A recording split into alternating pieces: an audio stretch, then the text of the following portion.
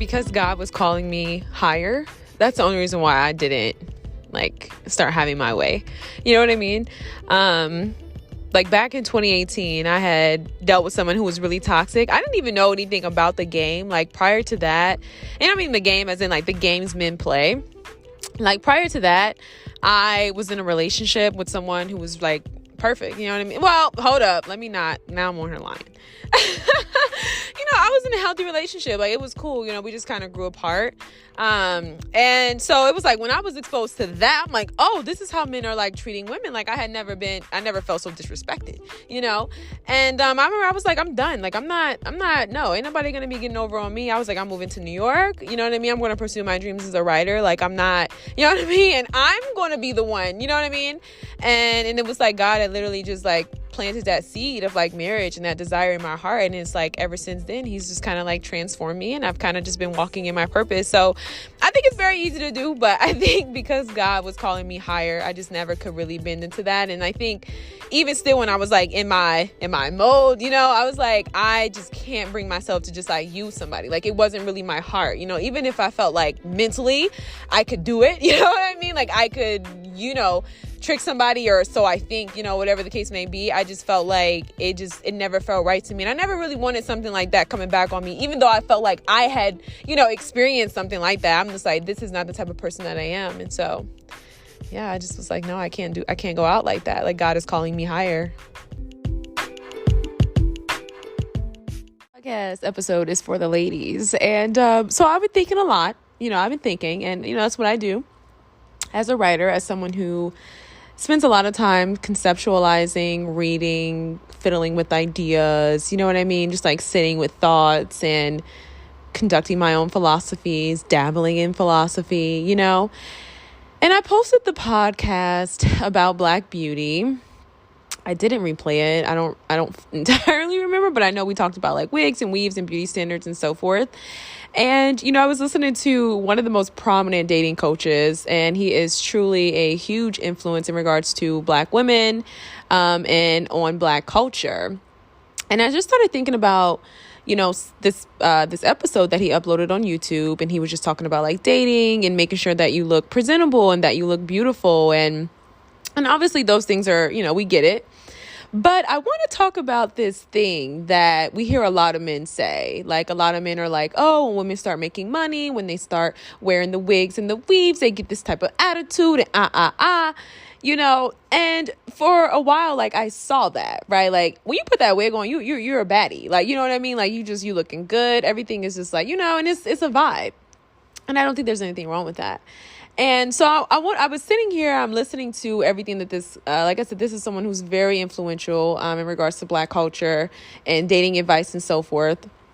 And I'm just listening to the video, and, he's going on and on about making sure that you dress a certain type of way and you look a certain type of way. And so I started thinking about how there, women like myself and other women who are in that space where it's you may be listening to this, but you may not like certain trends, And I think that every guy, just because a lot of people are very, I don't know. I guess a lot of people are more so influenced to say oh, we like natural beauty, and oh, we like women who are themselves, and we like authenticity. Just be yourself. Just be yourself. Well, really none of that matters, right? It's all a matter of what is popular, right? This is why we see the rise in interracial dating. There are a lot of people who are followers, right? I don't think that we encourage Black youth and Black men specifically to really think for themselves, right? It's really rare when you meet a guy who actually possesses wisdom. And so you can obviously, we know wisdom comes from God too. So it's of course, being a man of God and being someone who's submitted to the Lord. But I also just think in terms of learning from life experiences, right? Men typically don't do that. Men are just very much prone to kind of lean on their own strength, their own understanding. And they just kind of go through life, just I don't know, living their lives, I guess you could say. I think women are more prone to introspection and, self-awareness. Not always, but I do think that, women more so have a tendency to lean into self-development versus men. I think men mostly focus on, making money, working out, and that's pretty much their ideal in terms of self-development. That's pretty much where it starts and stops. And I remember I was talking to a relative of mine about that, and they were just telling me how, men typically don't have the time to like sit and read books and things like that. But I don't know. I remember I was reading an article on Medium, and someone wrote about how they saw a young black boy who was actually on the subway in New York reading this book. And they were just talking about how stunned they were and just how, it's just so shocking, And so I just thought that was like pretty cool because I just think it's so rare when you meet guys who actually read books. Like that's not really a standard, right? Like we talk about men, you talk about masculinity. It's pretty much something that like men inherently believe that they are good, right? Like they believe that they are good. They believe that they're perfect. It's really only women in society where women are encouraged to work on themselves and make sure they have all these different things in their lives to be presentable for a partner or to be presentable for a man, right? Like men is pretty much come as you are. You know what I mean? Like come as you are, be who you are. Women will pretty much put up with it, right? Like this is kind of why you see, as we're about to talk about in this episode, a lot of men and women are always talking about the work that women need to do to prepare themselves for a husband or prepare themselves for, a relationship, right? It's always a matter of what more do women need to do? And just to kind of like provide a little context, because I think a lot of people are like, oh, women are feminists and things like that. I don't think every woman is a feminist. I'm not a feminist. You know what I mean? I love men, but I do think that I just want to provide some insight as to what we have and what's really going on with women, because I haven't really seen a lot of women explain the depth and like the sincerity of like where we are. I do think a lot of women have articulated themselves in a way that is kind of like feminist law abiding, which is essentially like, i.e. man hating. So I do think that it's kind of turned into that. And I don't think women have really been able to share or really express themselves in a way that kind of expresses the grievance, of having to always be this worker bee, you know what I mean? Perfecting yourself for a man who's doing absolutely none of those things, right? Like men they're not doing those things. So when you're always told that you are the problem, right? You're single because of something you're doing, right? You're too much, you're too little, you're too this, you're too that, it's always, what do you need to work on? And I don't think there's anything wrong with that, because it's like, okay, yes, women are imperfect as well, but we just have to be honest here. As women, we really don't get that space to just kind of like exist. Women are always like, it's this, it's that, this is what you're doing. You know what I mean? And when you start looking at your life and yourself, in that way, the work is endless, right? It's endless. I mean, we're all a work in progress, and we say that so carelessly, but we don't realize the propaganda and the advertising in terms of like making women run this hamster wheel so that they can be quote unquote better partners, so they can get out of their singlehood. Like it's all these things, right? So I was thinking about one of the most common narratives, which is like women in wigs and weaves and how women start making money and they get these attitudes.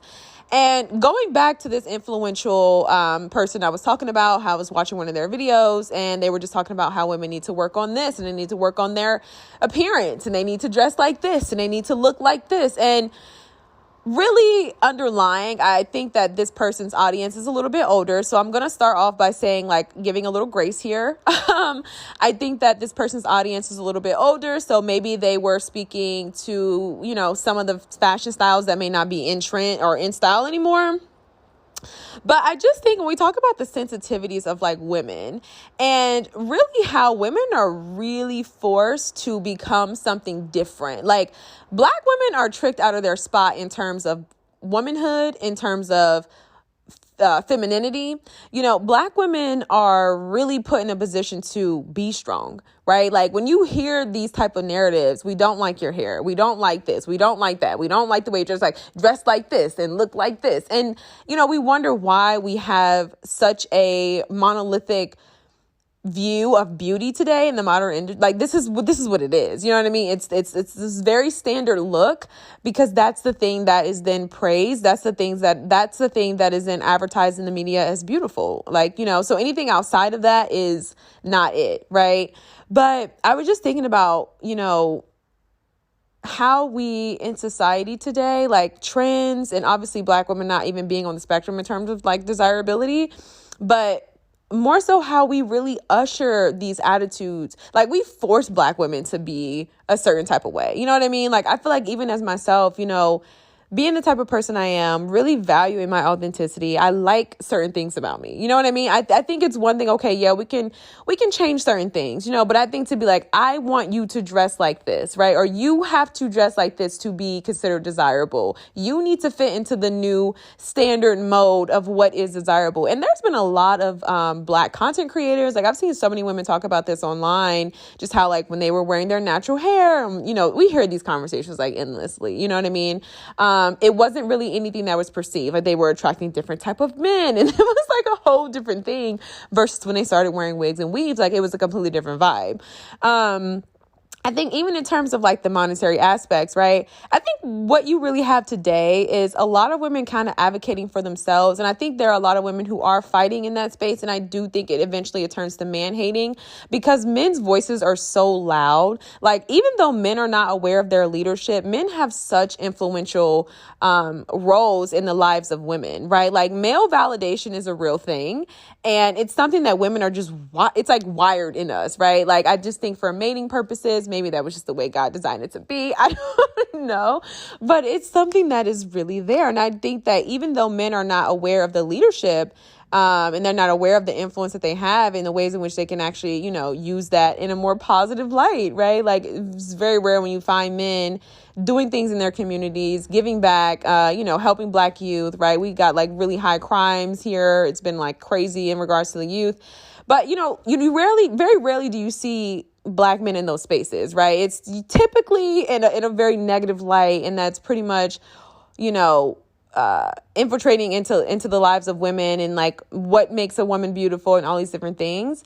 So I just think that that's so interesting. And so when you start talking about the attitude that is then developed within women who go get these careers and things like that, you have to understand that, first of all, because we know that unfortunately, this is, I'm going to say this with like a little bit of, for the Black community as a whole, right? As a majority, we don't value education. Like, we really devalue education. Like, and I think when we talk about education, we always talk about college, but you have to realize that outside of college, we don't learn, right? That's why, media forces that pretty much perpetuate gossip and lies and, fabricated news stories hold our attention, right? So in large, we are really misled because outside of college and outside of high school, right? Because most people aren't going to college.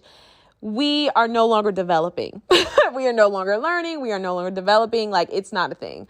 And most people don't, most people stop reading books after high school. Most people stop reading books after college. Like, that's pretty much the end of it. But the experience of college in itself, it really prepares you for professionalism, prepares you to really have certain skills to navigate the world. I don't think that you have to solely get those skills from just going to college. But I think the problem with debunking college is like we leave absolutely no other alternatives. I think because we devalue education and so many of us have been influenced to devalue education as well. When we look at our lives and we start to have these conversations about college and things like that, because we were influenced, right, to devalue education, a lot of us don't really want to humbly admit how our influence or how we've been influenced in regards to devaluing education, how that's impacted our lives, right? Because we didn't know at the time we were under this influence that is like this collective influence that debunks education. It's impacted our lives in an actually pretty negative way. And we actually don't want to sit and take responsibility for the possibilities of like how if we had valued education, we might be in a different space. Now, again, this does not always go back into college. Like, I don't think that, we know that college, there's a lot of nuances with college. Okay. We know it's a lot of debt. We know it depends on what you're studying. We know it depends on where you go. We know it depends on what it is that you're doing while you're in college. Like, there's so many factors that really go into having a fruitful college experience because we know that it is extremely expensive. Okay, so that's not all what I'm saying, but I'm talking about just education in general, learning about the world, learning just for the sake of learning. That is something that falls short on us. So you have to understand that you're at this point now where there's really no wisdom within the community, right? Education doesn't have to just be in terms of Black history. Of course, it's Black History Month. It doesn't necessarily have to be in terms of Black history, though it really should, because I think that the more you learn about your history, we would just have a little bit more, we would be on one accord in regards to certain things. But outside of Black history, We don't learn about relationships. Like, the thing about institutionalized learning is that I do think that it kind of sets you up. And again, this is different for everyone. I don't want to make a general statement, but it kind of sets you up to develop this thirst for knowledge, just thirst for learning, right? Like, you find yourself, at least you're on the right track you have some direction. Okay. So, and obviously if you pursue the path of entrepreneurship, right, there's a lot of learning there as well. But even still with entrepreneurship, there's so many nuances in regards to entrepreneurship. So that's not for everybody, but I don't want to veer too far left trying to spell this out. So I just kind of want to keep moving on with the podcast, leave you with your thoughts and how you take things. I cannot control. You know what I mean? Like, I'm just going to keep moving forward.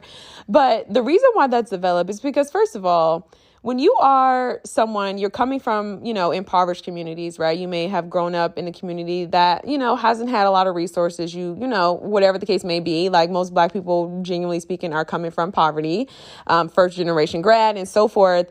And you're in the community, right? And the guys ain't checking for you. You know what I mean? It's kind of the same with Black guys. And I actually have these episodes. I talked about this, like Black nerds. You know what I mean? I talked about this on a subscription service. I think it's still up. I don't know. But I talked about this like with Black nerds. And so anyway, you're in the community, guys aren't checking for you. You know what I mean? They're not checking for you. So now you get a bag, right? And I'm talking about this in terms of a woman, because I think in all the ways we are, especially right now, like in all the ways in which we're really set on finding our differences, men and women have a lot of similarities in terms of like humans, right? And like Robert Greene does such a great job explaining this. And I know y'all know Robert Greene because everyone loves to refer to his book, The 48 Laws of Power, and all of its complexity, all of the knowledge that's within that book. But just they talk about like the manipulative tactics, the manipulative tactics that the book introduces to a lot of people. So, but you're familiar with the book.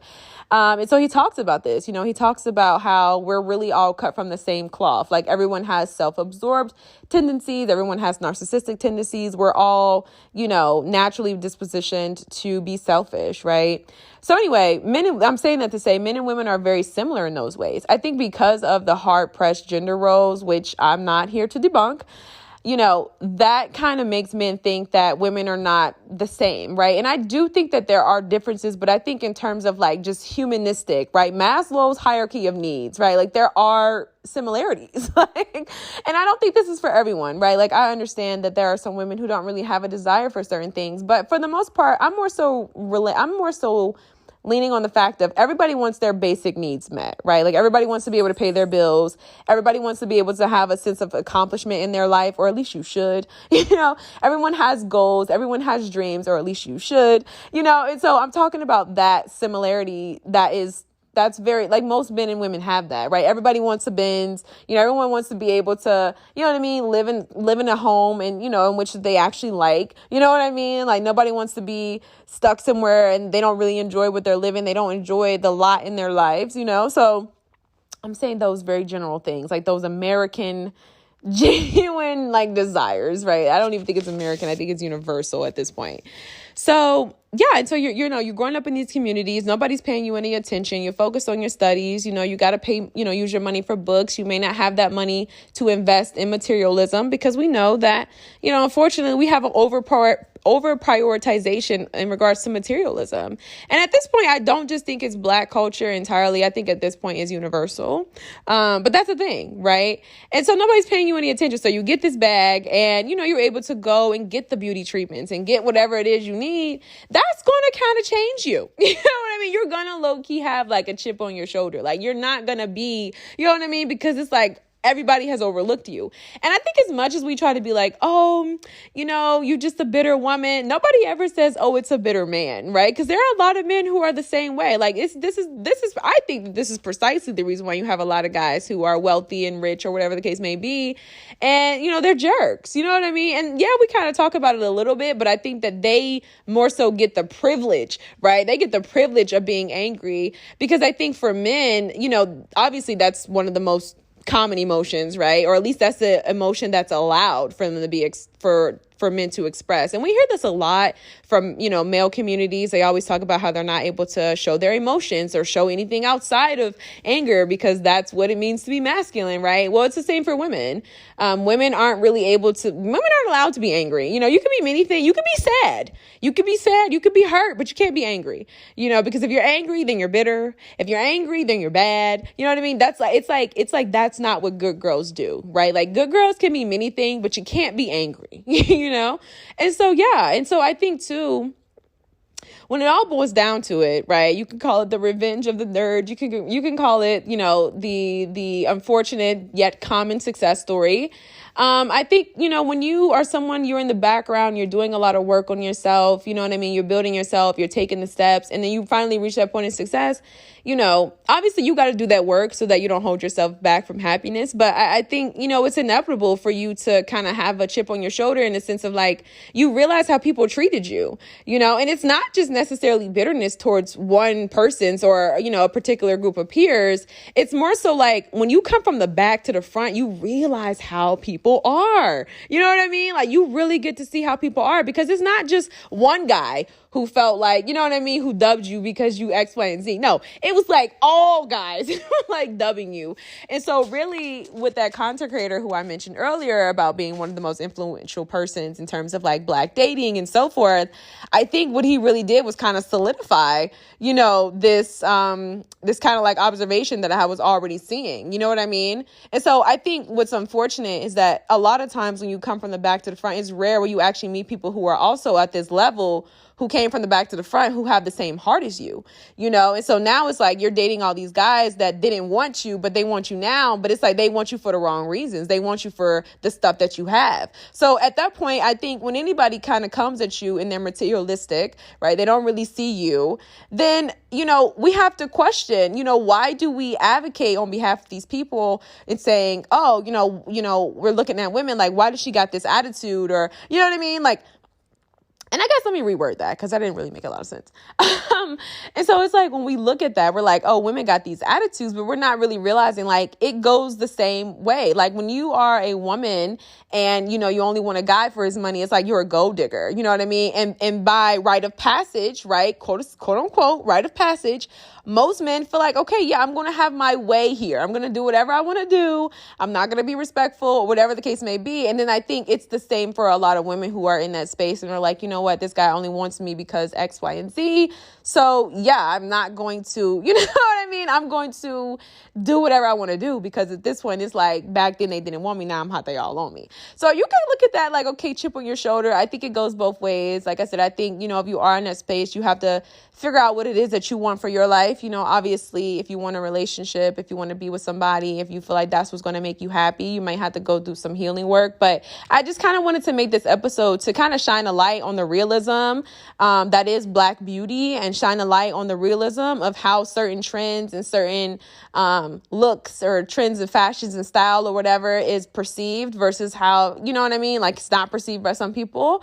And, I just think overall, like, you gotta be real. You know what I mean? Like be real with yourself, So I think a lot of times, you have people who realize how easy it is to kind of move like that when you look a certain type of way. Like it's so crazy how vain, people are and how shallow people are and how superficial people are. And like, you hear it all the time, like, men are superficial or whatever.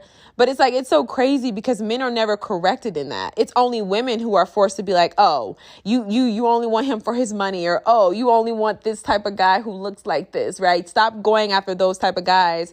But men aren't really told the same thing in terms of women. And people say, yeah, it's because men are biologically designed differently.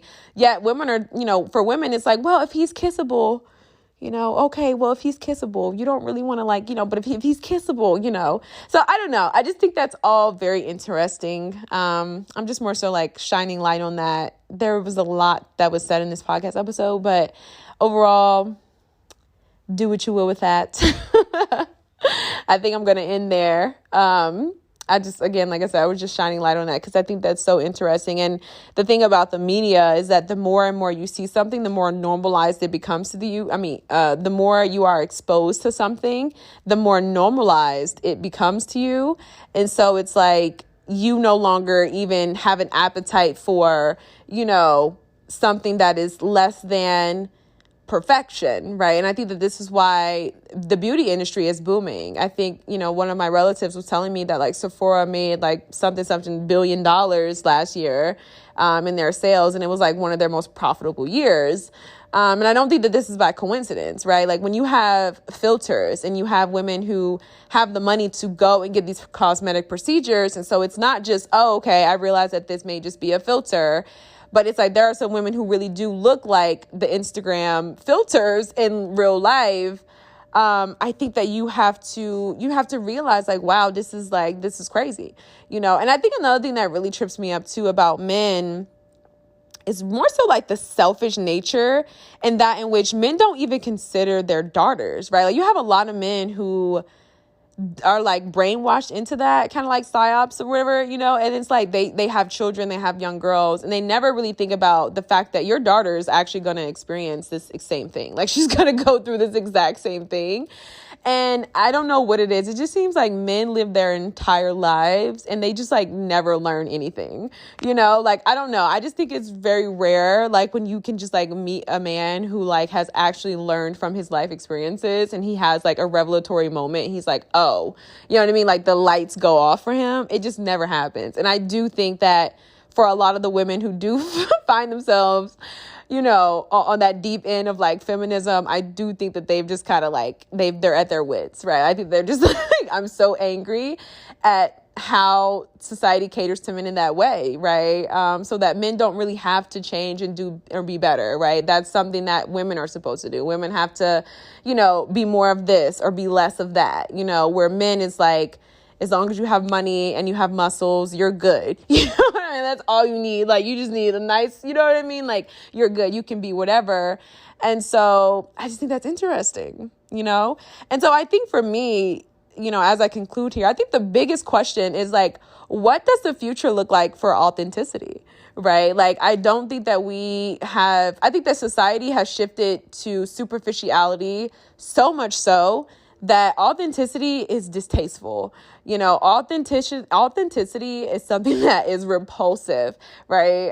We are repelled by authenticity. You know what I mean? We don't want to see a blemish. We don't want to see, you know what I mean? We don't want to see it. We don't want to see no nappy edges. You know what I mean? Like, we have no desire for that.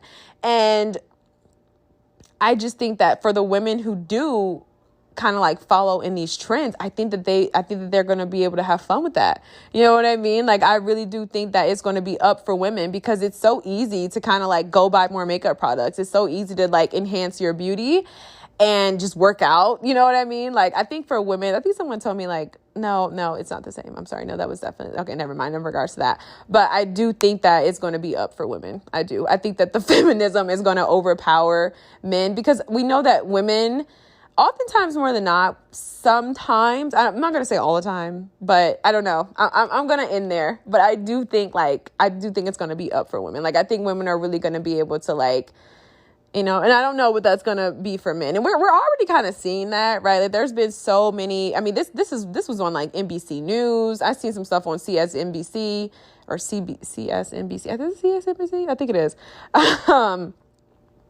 But there's been so many psychologists, so many professors, so many sociologists coming out talking about the boy crisis, the man crisis, right? Like, I think that in men's desire for superficiality, and I don't even know we can be like men's desire. Like, yes, men's desire, but I just think that it's almost like in their ignorance, they were like finessed. You know what I mean? Like in their folly, they were like led astray, because it's like, men aren't even aware of the influence on the media. They just like it. You know what I mean? Like, it's just like, it's tantalizing to the eyes, So I don't know, and then I think in terms of authenticity, it's like, where will, the creator, the people who are creative, where will the artists be? You know what I mean? Where will, those who are authentic, those who have like, who know who they are, like, where will they be? And then it's like, will we ever really get to that place where people will actually find who they are? You know what I mean? Like, I don't think we'll actually ever get to a place where people actually find themselves, because I think to assimilate will be a lot easier. And I think for a lot of people, we're already struggling with like isolation. We're already struggling with loneliness. So it's like to kind of break out of that and be like, okay, I'm going to figure out who I am and take this path. I think that's going to be too painful. You know what I mean? Because we're now at this point where it's like loneliness is not even an option. Like you can't just like, you know what I mean? Like you don't just get off of work and sit in your home. It's like you're already at home. You know, most people are working from home. We know communities are dying down, and like, if anything, we're having more groupthink. You know what I mean? People are forming communities based on groupthink. So it's like, oh, we all hate men. We're going to get together, you know, or we all look the same. You know what I mean? We're going to get together. So it's like, you just start to think about like, what does that look like with a life of so little diversification? And I do wonder sometimes if, because this certain aesthetic is praised, especially in the Black community, but mostly like universal at this point, I wonder, is this really what's causing the rise in cheating, right? Like, we know cheating is like due to a lot of other things. Like, I don't think it has anything to do with that per se, but I do wonder sometimes, is this direct correlation to one specific beauty standard? We all know the look, right? It's like, it's one specific standard. It's one look. You know what I mean? Like, it's just one look, right? Like, it's one look. It's one style of dress. Is that why so many men are cheating, right? Because it's like, is it that men are like, hey, I haven't found anything, like everybody looks the same. It's the same type of look. You know what I mean? I haven't found anyone who is just like unique in that sense. You know what I mean? Who's like, oh, okay, I can't let this one go because it's like, this one is different. You know what I mean? And I think because difference is something that is, like I said, it's appalling. Like we're not here for difference. Like we're here for groupthink. I do think that because of, you know, fear of being alone and really women's desires, right? And I'm not going to keep talking like a third person because obviously I'm a woman, but like our desires for partnership is kind of like it's being manipulated. You know what I mean? Like men are realizing women want partners, and I think they're kind of playing on that desire a little bit. And so I think for a lot of women, it's like, okay, I'm going to assimilate. I'm going to kind of go along. I don't know. I just wonder, is that why so many men are cheating? You know what I mean? Like, what's the correlation between one trend, one aesthetic, you know, for Gen Z, for millennial, like this is the one standard of beauty. And it's not just Europeanism, right? Like we know even within the Black community, like it's a certain look. And this is not to say it's a bad thing. Like, no, I'm not saying this is a bad thing at all. And that doesn't mean that every woman who, you know, wears a wig or has nails or what, you know what I mean? That doesn't mean anything. Like, that's not what I'm saying. I'm more so saying this from like a cultural and sociological perspective, like looking at it from that way. Like, is this why so many men cheat? Because it's like, oh, you know, and then you even think about like TikTok content or even just content today, like the content that we consume, we like it. You know, it's been forced on us. Like there was a moment where people spoke out about like get ready with me's and, you know, things like that. But I think overall it's the same content, right? So it's like, in summary, I think that what we kind of find is there's a certain type of lifestyle that also goes with a certain type of aesthetic. So it's like, I just wonder, like, is that why so many men cheat? Because it's like, you just haven't found anything that's outside of this, right? Like, are men dysfunctioning? You know what I mean? Are they breaking down, but not really being able to express that authenticity and maybe, or I'm sorry, not being able to express their desires for authenticity. But I also wonder too, how much of it is peer pressure and societal influence, right? Like we know men want the baddest woman to be like the trophy wife. Like we know that they want the certain type of aesthetic, even if that's trendy, you know what I mean? To kind of fit with their lifestyle or whatever the case may be. And I think to date someone who doesn't fit that, I think that goes against their social status, right? So I don't know. I think because of this, because men are unwilling to kind of, you know, yield in that sense, you know, because women have to do all these different things. I think that men are definitely having to suffer the consequences of that, right? And so a lot of men are really having to come up off that paper because it's like whatever it is that, you know, women are demanding, it's like, that's what you're going to have to do to get that type of aesthetic. And women are saying, yeah, this is what it is. And you think about it, you know, there is a lot of truth to that, right? That these aesthetics are very expensive. Like to get your nails done is like, it's like $250. To get your nails and your feet done is a good $195. Like on a good day. And that's no jewels, that's no art, that's no creativity. Like, you know what I mean? You're looking at a good 175 plus tip. Yeah, 190. Easy. You know what I mean? 2 weeks, every 2 weeks. If you do the lashes, you're looking at 75 every 2 weeks. If you're really, really like, you know what I mean? You really got the up the ante, you're looking at 150. You know what I mean? To get your hair done, you're looking at a good 400, 450. You know what I mean? All things considered, on a good day, you're looking at a slight 420, 350, 380.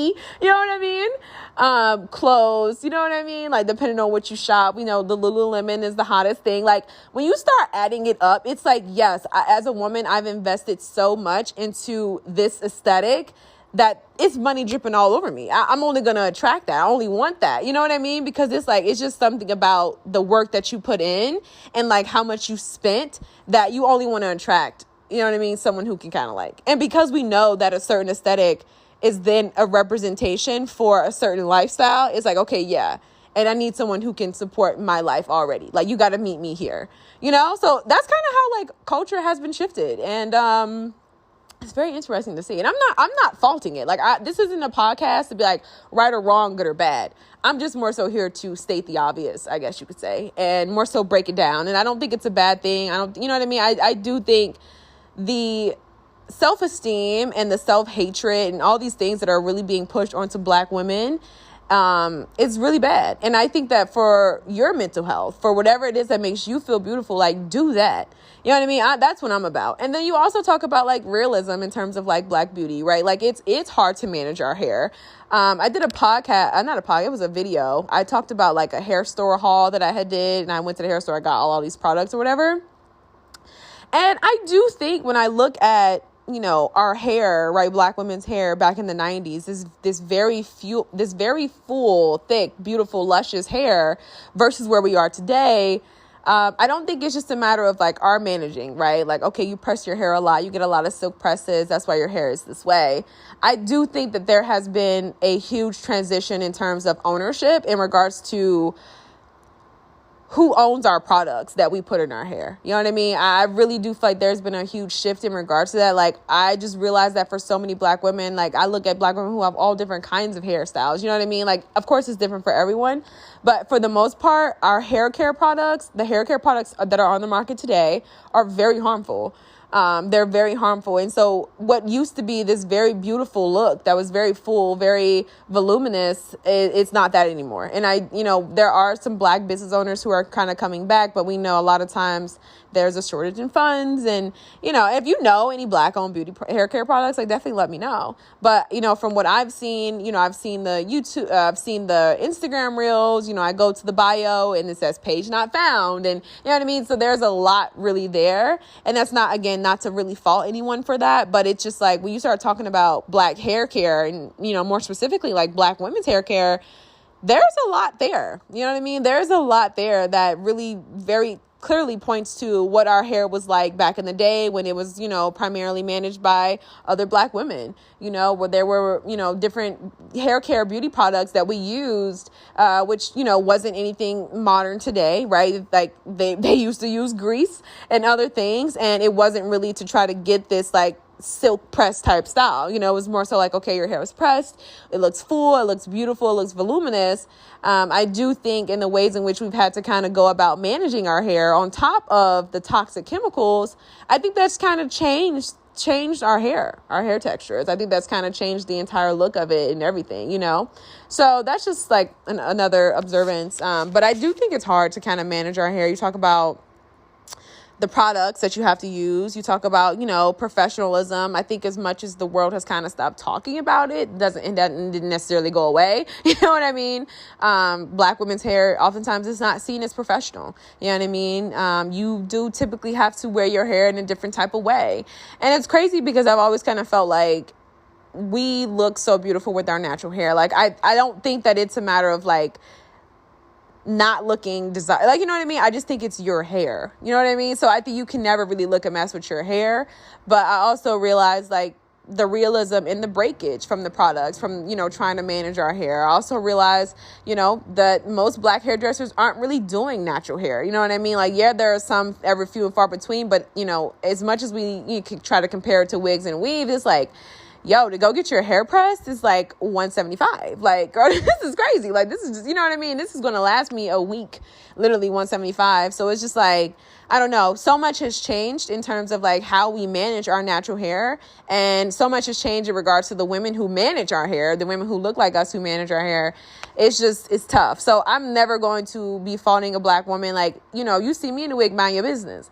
But it's like, I'm never going to fault black women for doing the things that we like. And you also have to understand too, because of the media, so much of our culture has been played in and it's been perpetuated. And we know with cultural appropriation, they turn it and make it this new thing when it was always like, you know what I mean? Like it really wasn't anything new.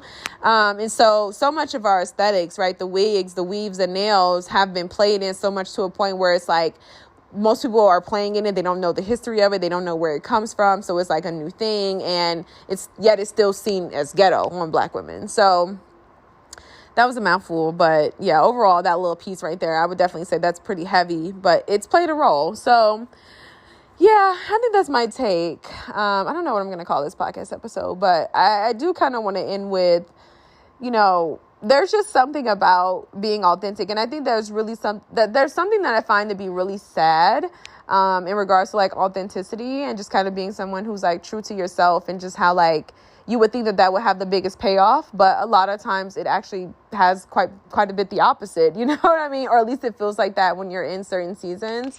I feel like when you are someone who's a follower, you have a lot of the things that people who are authentic don't have.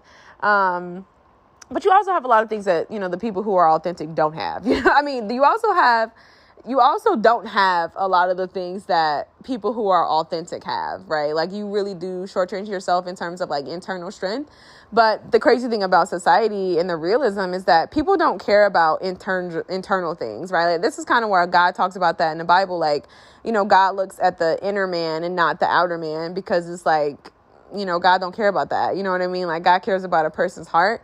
But I think because we just kind of live in a space where a lot of people are carnal, right? You talk about carnality, you talk about men, right? Like it's very rare that men like develop spiritual, like any type of spiritual awareness. I think even still what we're kind of seeing today with the mass movements in regards to mega churches, right? Like a lot of people are heeding to the ways of religion. They're not really looking to develop a personal relationship with God where they can actually have spiritual insight in regards to like discernment in a person's heart and be like, oh, okay, you know what I mean?